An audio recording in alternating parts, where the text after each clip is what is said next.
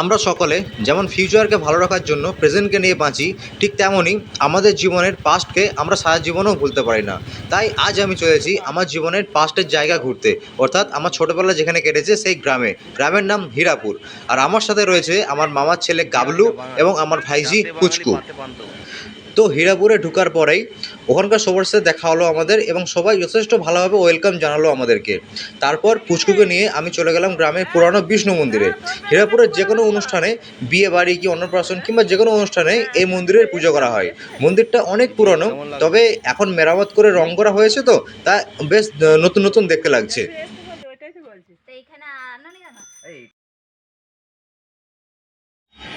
মন্দির থেকে বেরিয়ে আমরা একটু বেরালাম পাড়াটা ঘুরতে।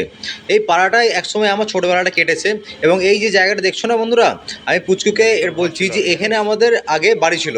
আগে আমরা সব এখানেই থাকতাম। এই জায়গাটা দেখছো, এখন তো ঘর বাড়ি কিছু নেই, এখন কেউ থাকেও না ওখানে।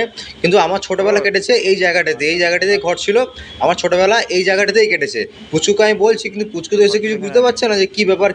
পুচকু বলছে এগিয়ে চলো অন্য জায়গাতে চলো। পুচকু তাড়া দেওয়াতে আমরা চলে গেলাম সবুজের সন্ধানে। এই দেখো বন্ধুরা, চারিদিকে শুধু সবুজ আর সবুজ। এরকম সবুজের মাঝে থাকতে কী যে ভালো লাগে বন্ধুরা, সেটা আমি তোমাদেরকে বলে বোঝাতে পারবো না। এই সবুজের মাঝে ফ্রেশ অক্সিজেন পেয়ে মনটা আনন্দে পুরো ভরে গেল। একসময় এই মাঠে ঘাটে কত খেলেছি, ঘুড়ি উড়েছি, কত বদমাইশি, আরও কত কী করেছি, কিন্তু সময়ের সাথে সাথে সব কিছু তো চেঞ্জ হয়। ফ্রেশ অক্সিজেন খেতে খেতে শুনতে পেলাম প্রাইমারি স্কুলের টিফিনের ঘন্টা, অর্থাৎ প্রাইমারি স্কুলের টিফিন হয়ে গেছে। আর আমার মা হলো হীরাপুর প্রাইমারি স্কুলের একজন টিচার। তাই আমরা চলে গেলাম হীরাপুর প্রাইমারি স্কুলে গিয়ে আমরা মাকে একটু সারপ্রাইজ করলাম। আমাদেরকে দেখে মাও একটু অবাক হয়ে গেল, এবং বাকি টিচারদের সাথেও আমরা দেখা করলাম। আমাদেরকে দেখে সবাই কিন্তু যথেষ্ট খুশিই হয়েছিল। শুধু টিচাররা না, আমার তো মনে হয় এই বাচ্চাগুলো যথেষ্ট আনন্দ পেয়েছিল আমরা গেছিলাম বলে। সবাই খাওয়া দাওয়া ছেড়ে আমাদের সঙ্গে দেখা করতে চলে এলো। আর আমিও একটু ছোটো করে ভিডিও বানালাম বাচ্চাগুলোর সাথে। পুচকুও একজন ছাত্রী বলে চেপে আছে, দেখো বন্ধুরা।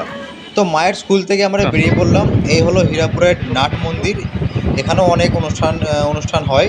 আর ওইদিকে লালটা হলো হীরাপুরের কালী মন্দির, আর তার পাশে হলো মনসা মন্দির।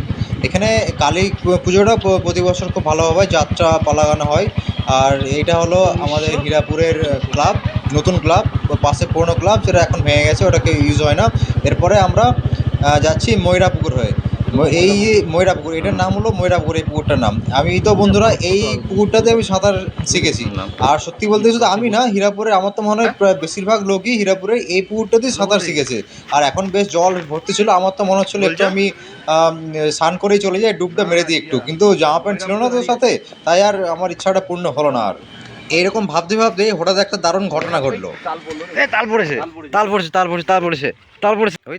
হঠাৎ করে দেখলাম একটা ধূপ করে তাল পড়ে গেল, কিন্তু তালটা পড়েছে জলে। এবার আমি পড়েছি ফুল প্যান্ট, তাই আমি নিজে তো নামতে পারলাম না। এই কাকুকে রিকোয়েস্ট করলাম, কাকু নিজে থেকেই কুড়িয়ে আমাদেরকে তালটা দিয়ে দিল।